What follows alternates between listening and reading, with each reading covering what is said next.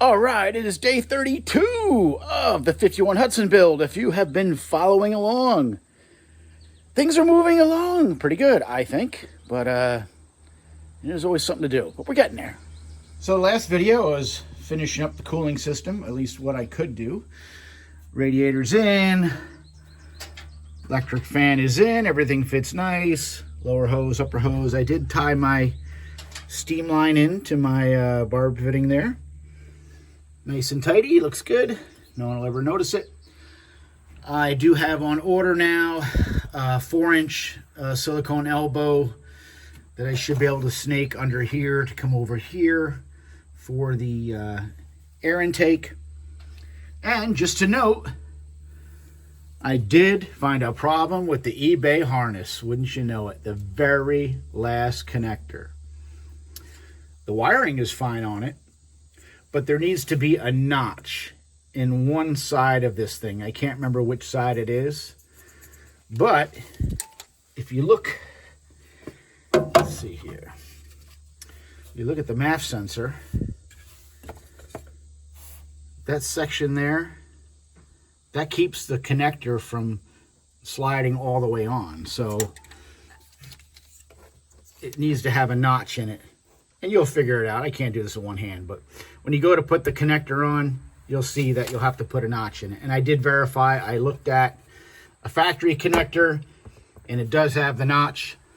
I'll throw a picture up for you just for a reference. But it's an easy fix, and that's the only modification I can see that I had to do with this eBay harness. Other things I did was I put my water temperature sender in the back of the cylinder head. If you remember, if you were following along, I did drill and tap that head for 3/8 pipe thread. Makes it much easier to deal with sending units for temperature gauges. And back there, you see back there, that's an oil pressure sending unit. I have that installed now as well. I did change my mind again. As far as gauges on this car, I was going to keep it somewhat stock looking. Now I said, forget it. We're making a hot rod out of it anyway. I'm going to put a full set of gauges in the car and redo the dash. So that'll be in another day, another video, but just prepping by putting those sending units in place now. But today's project is I need a transmission cooler. Part of the deal with using the original radiator was the original radiator does not have a transmission cooler in it. So I have to use a cooler completely standalone. Not what I'm used to doing. I'm used to running into the radiator, out of the radiator into an auxiliary cooler, and then back. This one's going to be completely on its own. So being that the trans cooler is going to be on its own, it's got to be pretty big. So I bought this off Amazon. Had good reviews. Hopefully that means something. But either way, call it a 40,000 GVW transmission cooler. So I've got to make brackets for it. Put it something like that in front of the radiator. Something like that. And yeah, let's get that installed and I'm gonna see what happens. Try to do this, say as simple as possible. Now this has to mount around here, and I was gonna make full like crossbar brackets to hold it, but then I'm thinking the more stuff I put in front of the radiator, the more air I'm stopping from going through it. So shorter pieces would probably be better. And this kit does come with some good stuff. It actually comes with 4 of these metal tabs, and I figure if I do them in like diagonal on all 4 corners, that should be pretty stable. It can't go up, can't go down, can't go side to side. That should work. What I'm going to try to do is, when I mounted my electric fan to the radiator, I used these heavy self-tappers into the radiator. I think I'm going to remove those and drill out the holes and put 1/4-inch bolts in from the other side and actually use them as studs. And then hopefully And maybe I have to get longer bolts, but hopefully they'll work. They'll be long enough to mount the fan and then also act as studs for these brackets to hold the cooler. So I'm going to drill these out, replace these one at a time with bolts first.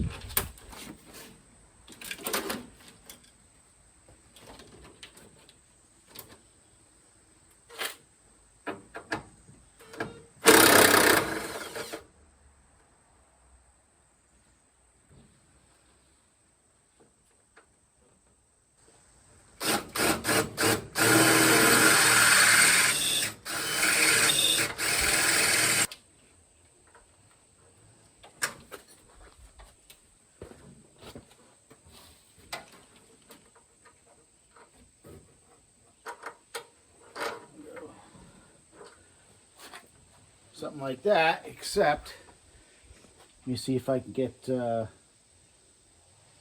right length bolts. I may need to put some spacers on these. All right, first step done.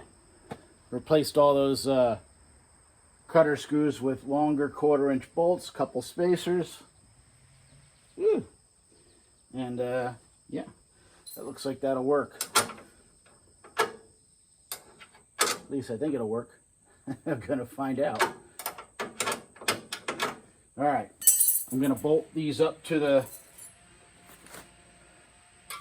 cooler and then see where I have to shorten these mounts. So here's what I ended up with. It works, plenty strong, a little higher than I wanted, but hopefully I have enough hose. They don't give you a whole lot of hose with these kits, so if I have to buy more hose, I'll buy more hose, but this will work. I'm going to trim off this bracket here because it's a little long. All the others I used at full length. And the only thing I don't like is I don't like that these are silver. It looks, I don't want to see that through the grill. So we'll get the, what else? Black spray paint. And spray that. But everything's tight and Loctited. Anything around radiators, I like to use Loctite just from vibration, especially if running the electric fan. You know, I don't know how much vibration that's going to make, but it's on there solid. And yeah, next thing I'll do will be spray those black, trim that, and put the fittings on and do it. Put it in. All right, everything's all blacked out nice. Next will be to put the fittings in for the cooler. The kit comes with fittings that go into your original radiator and yada yada, but I'm not using anything from this kit except for the 2 fittings that thread into the cooler themselves. Now, no sealer or anything is needed on these. They're an inverted seat flare. That's what makes the seal. The threads do not make the seal. However, because they are on a trans cooler, I'm putting a little Loctite on them, just to make sure they don't go anywhere.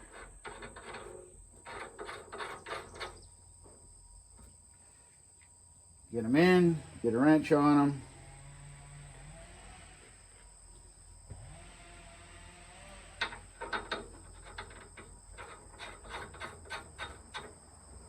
All right, we get a wrench, we'll go on to the next step.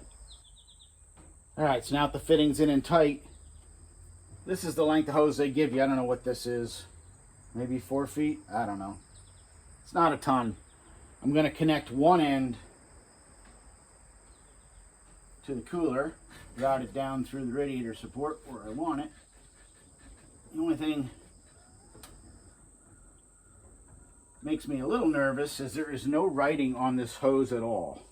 Now, I know this is a Chinese thing, but I certainly hope this is oil-rated hose, because if it isn't, it could be bad. The other thing is I'm not going to use their clamps. They do give you a bunch of hose clamps with this, but I'm not even going to try them. In my experience, usually the clamps they give you with this kind of stuff are garbage. I just happen to have a ton of those small clamps around because every time I buy a Jaguar for the suspension, the engines have about 20 of those clamps on them. So I steal them off of every jag I scrap out. So I got a bunch of them. So I'm going to clamp this on and then get the car in the air and continue the hookup. Okay, we are under the car now, obviously. I ended up hooking both ends of my hose up to the cooler, crossing my fingers that this would be enough length and I could just cut it and tie into both sides as needed. So I have my factory lines here that are way too long for what I need, so I'm hoping I can make something work here. So the first one here has a rubber hose on it, and I'm going to cut that. It goes rubber hose to a steel line. So I'm going to cut that off back here first. And then the other one goes right here and curves, and I could probably cut that right here, put a flare on it, and tie this line in. So that would work out pretty good. So I'm going to do the shortest one first, so I'll know just how much hose I got left after I attach the first one. All right, I'm just going to cut this one here right before it curves. A good straight shot and get this one out of the way. This is steel line, so not nearly as much fun to work with as the nickel copper. Even more important not to crunch the heck out of the tubing cutter on steel lines, because it'll actually walk on you and start cutting threads instead of cutting a straight line. So you got to take your time with steel line. Let me get through this. Let me tell you, I can't wait to get this car finished, because I need to take some time off and clean up my garage. Because I'm sure you've noticed it's quite the mess. And believe it or not, it's not normally like this. It just seems that since the Buick build, I have not been stopping and have not had time to clean up. All right, I just took a transmission fluid bath when I cut the second line. Made a mess of me. I'm gonna bend this line over a little bit if I can. Get a bit of a curve in it. Not easy to do on the car.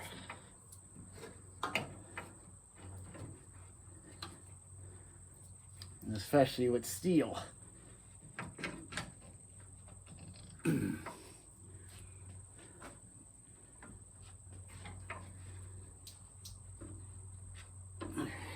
don't want a 90, I just want to kind of bend it over that way.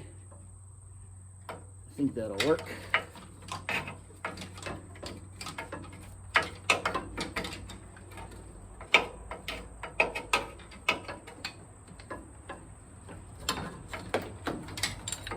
Today's tubing is not easy to bend and not kink it. Now, let's see here. Like that.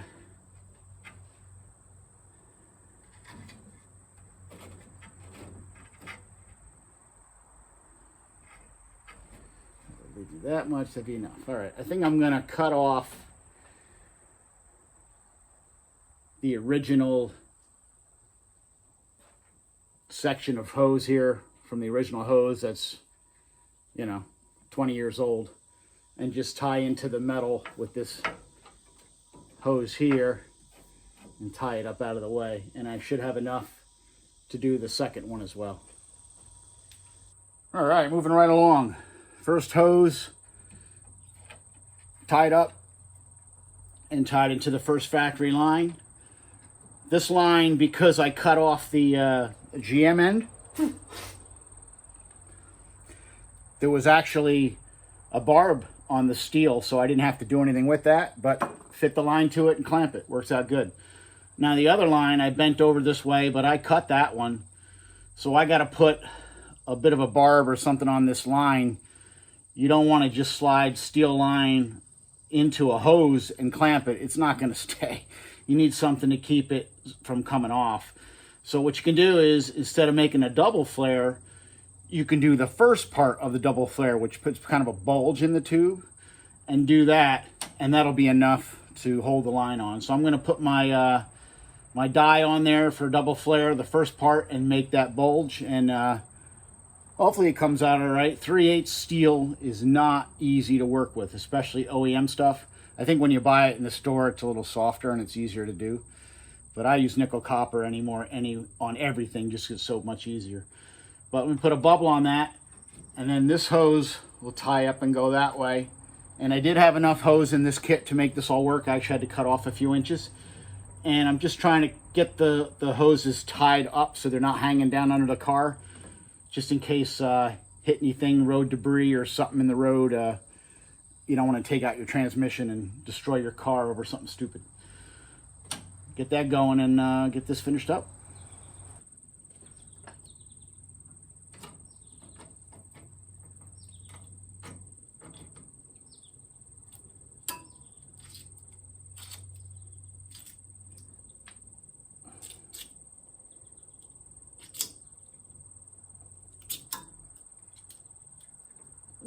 Nope.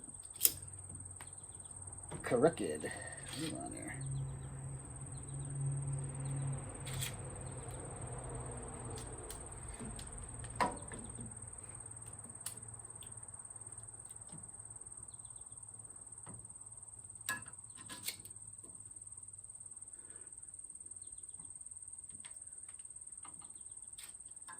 Tight spot to work here.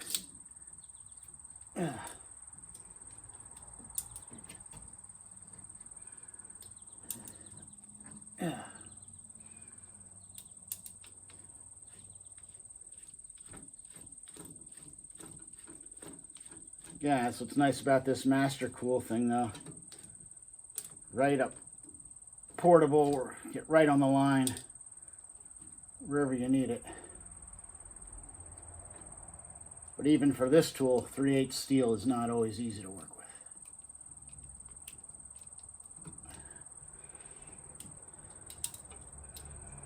Let's see.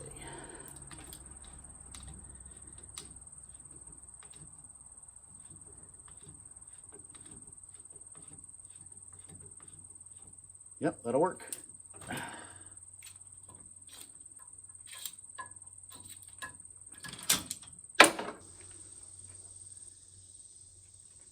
All right, there you can see what doing that first part of the double flare on the line gives you a nice barb, if you want to say, or something to keep the hose on there once you clamp it. That's why you wouldn't want to just slide the hose over that steel line. It would definitely come off with the pressure of the transmission fluid. So that looks good. I'll put the hose on and clamp her down.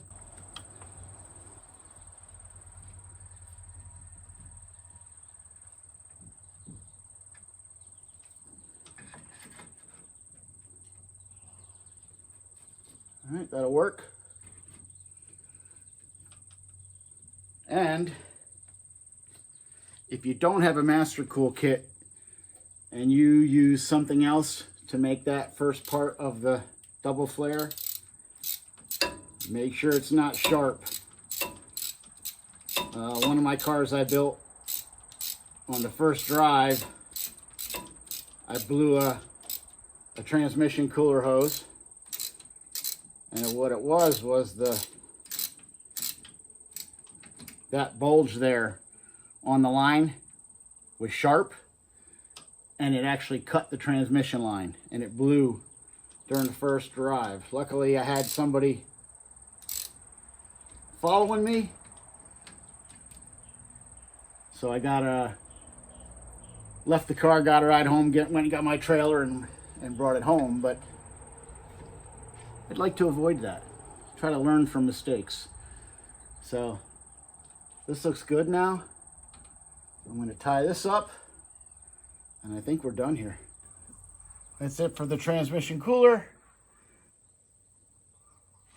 Hoses are all in. All the curves are gentle. There's no kinks. And we're tied in nicely to the original lines. Nothing special. Just make sure your lines aren't kinked and nothing's gonna vibrate and rub and put a hole in it. One other thing I must do before I'm happy with this transmission is I gotta drop the pan.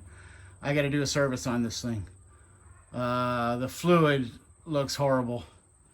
It really does. I mean, I bought this truck, I think it had 275,000 on it.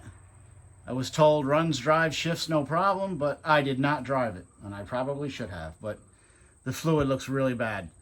So I'm gonna drop the pan, change the filter, and put some fresh fluid in it at least.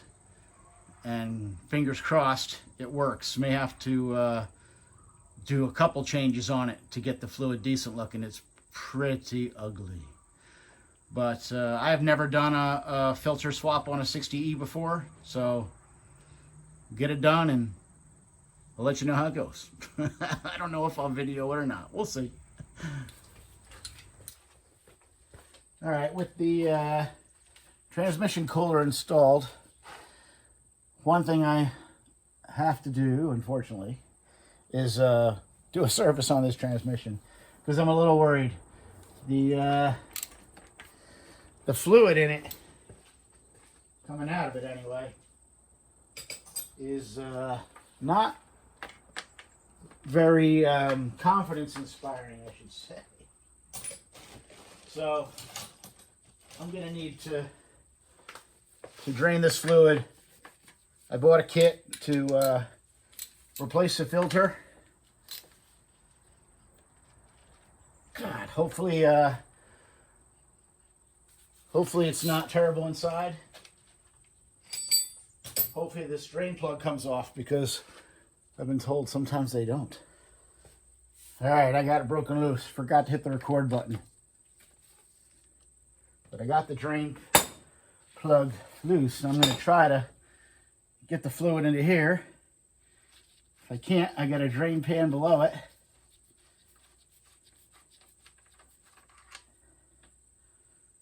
But it's pretty dark. I guess it still has a tinge of red to it, which is good. It's not black, but it was just dark enough that I felt I better put some fresh stuff in it and change the filter because I don't know if anybody's ever serviced this. Like I said, this had 275,000 or so on it. And transmission service is something that generally does not get done. And I've never done a 60E before. So this will be my first time changing a filter, which shouldn't be a big deal. My concern is always getting the darn gaskets to seal. I seem to have not much luck with transmission pans. So I've used RTV in the past, and you're not supposed to. So I'm going to try to do this just rubber gasket that came with the kit and no sealant. When we get the rest of this drained out, and we'll get the pan off. All right, all the bolts are coming out. They are all not very tight. I'll leave a couple in just to hold it. But the fluid's out, so shouldn't be a huge mess, I hope. We'll see.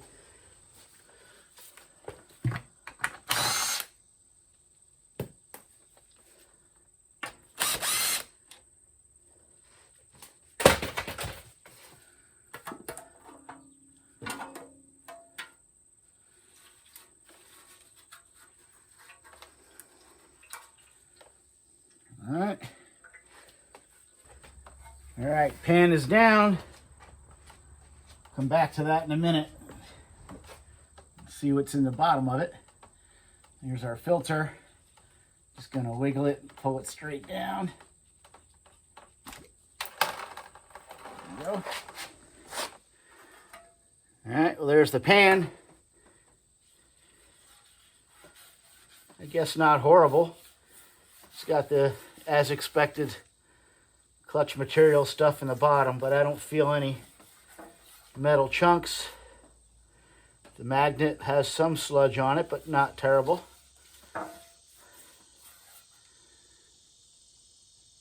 So we'll get that cleaned up. All right, there's the pan all cleaned up. It was pretty easy. Really wasn't bad. It was just some, you know, normal, I guess, weird sludge in the bottom, but not horrible. So cleaned up quick. Next, I'm going to put the filter in. Now, the filter kit, this is for a deep pan, obviously, for the deep filter. They come with this new seal here. I'll be honest with you, I'm a little nervous trying to get the old one out. I've seen people have real problems getting them out. I'm going to see if I can just fit the new filter in there and use the original seal. As long as it fits tight so it can't suck air, I'm sure it'll be fine. At least that's what I've been told. We'll see. All right, so I've got my new filter. Put a little transmission fluid on it in there. And it should fit in there pretty tight, I assume. There it goes. Yeah, that felt nice. That felt good. All right, I'm going to go with it. It's not going to fall out. That seal in there must be good. I'm sure this has been serviced before, actually, because that gasket was the same kind of gasket I'm putting in now, just a flat rubber one. I don't think that's factory.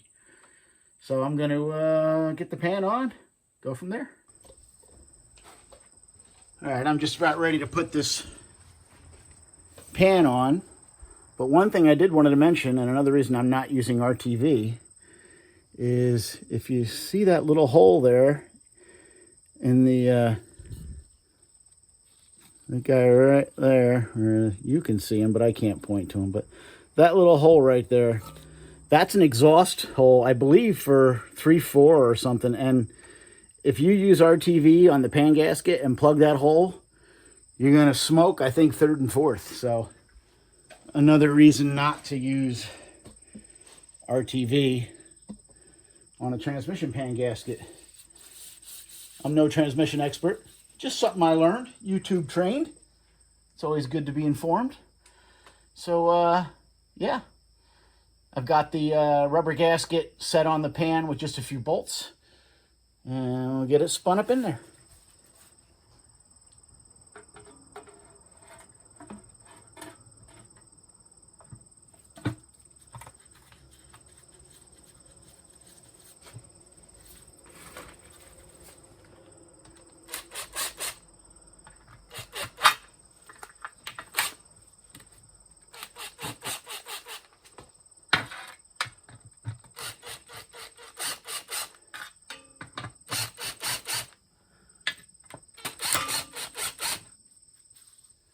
All right, get the rest of the bolts in loose. They're not even tightened up yet at all. They're just spinning them in. Phooey! Grease in my mouth.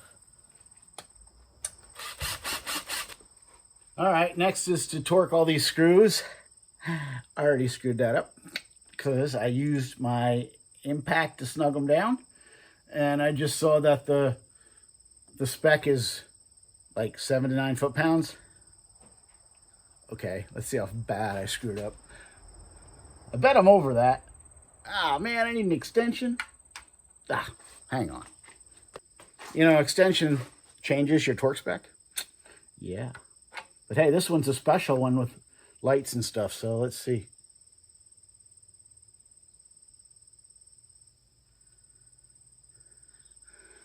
Really?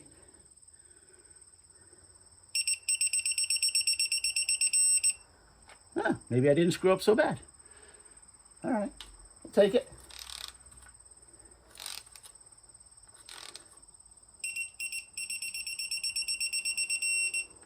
Either way, got to go in a cross pattern. Oh, yeah. I did all right.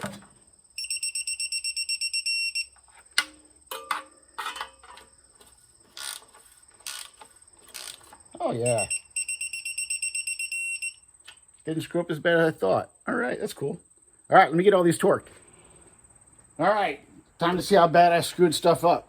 Now, I still don't have brakes in the car because I still need to bleed the brakes, but I just put about 4.5 quarts I dumped in the trans, because remember, I drained everything out of the pan, plus I added this. I don't know how much this is going to add. It might be another quart for this cooler.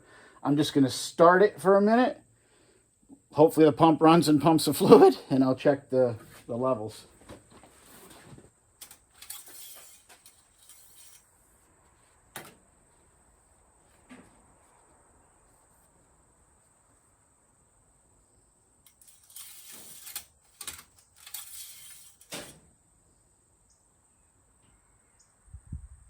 We're good. Looks good. All right, next, I'm going to raise the car up a little bit and see if it goes into gear. All right, let's see what happens here. I'm going to go for reversed first, and then I'll probably have to shut the car off to go to drive, because it got no brakes. Let's see what happens here.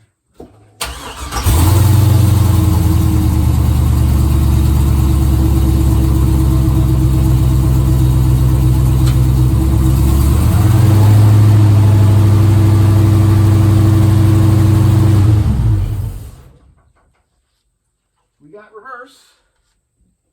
Put it in neutral, start it, and go to drive.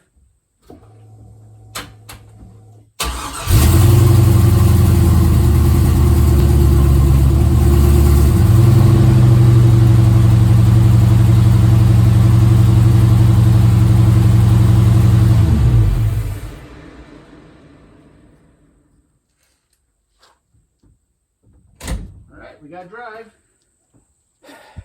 All right, so I didn't screw up anything that I know of yet. I'm not sure. But we have forward, we have reverse, so that's good. I checked the level again after throwing it in gear, and it was down another quart. So figured this took about 6 quarts with the fluid change, filter change, and adding this big cooler. I'll double check it again once it's hot. I have not put coolant in the engine yet, so I'm only running it for a short time. That's it, because I really want to install the original heater, but to do that I've got to do a retrofit. The original heater core outlets with the original engine were right there, and the firewall, that's not going to work. I got to seal those up. But if I can install a heater core to kick the outlets off the side, I'll bring them out over here, which is another factory location. I'm not sure, I don't remember what was there. I think that might have been a heater control valve or something, but I could bring the heater hoses out that way and tie into the water pump and get rid of that jumper, because I do want to keep a heater in this car, if only for the defroster, because like I said, plans are to drive this thing in October, and it can get a little chilly, and that may not bother me, but my wife, she kind of gets cold. Yeah, so a heater would be a good thing. So I'd like to try to figure that out first before I put antifreeze in the engine. So that's going to be it for day, what is it, 32? Day 32 on the 51 Hudson. Good productive day. Transmission cooler got in, got the transmission serviced. So far it's not leaking. I guess I'll have to keep an eye on that. Parts are on order for the air intake system. Still need to bleed the brakes. That's probably one of the last major items before we can drive this thing at least around the yard. Have no lights or anything in it, and I'm probably not going to because I left them out because I got to paint the car. So, but anyway, that's the only thing stopping me from putting this thing in gear and doing a burnout. I need brakes, so we got to get the brakes bled. Blah, blah, blah. Got to get the brakes bled. Yes, but so far so good. I think it looks good. I think it came out pretty good so far. I'm happy with it. I'm happy with it. It's been a thrash. And when this is all done, I'll go over how many hours I have in this thing and how much actual cash out of pocket for it. I think you'll be surprised, maybe on how many hours and maybe on how little dollars. But it's a trade-off either way. So thanks for watching. We come back. I'll see what parts I have, or maybe we'll just be bleeding the brakes. I'm not sure yet, but I appreciate it. Thank you for watching, and we'll see you on the next one. Bye.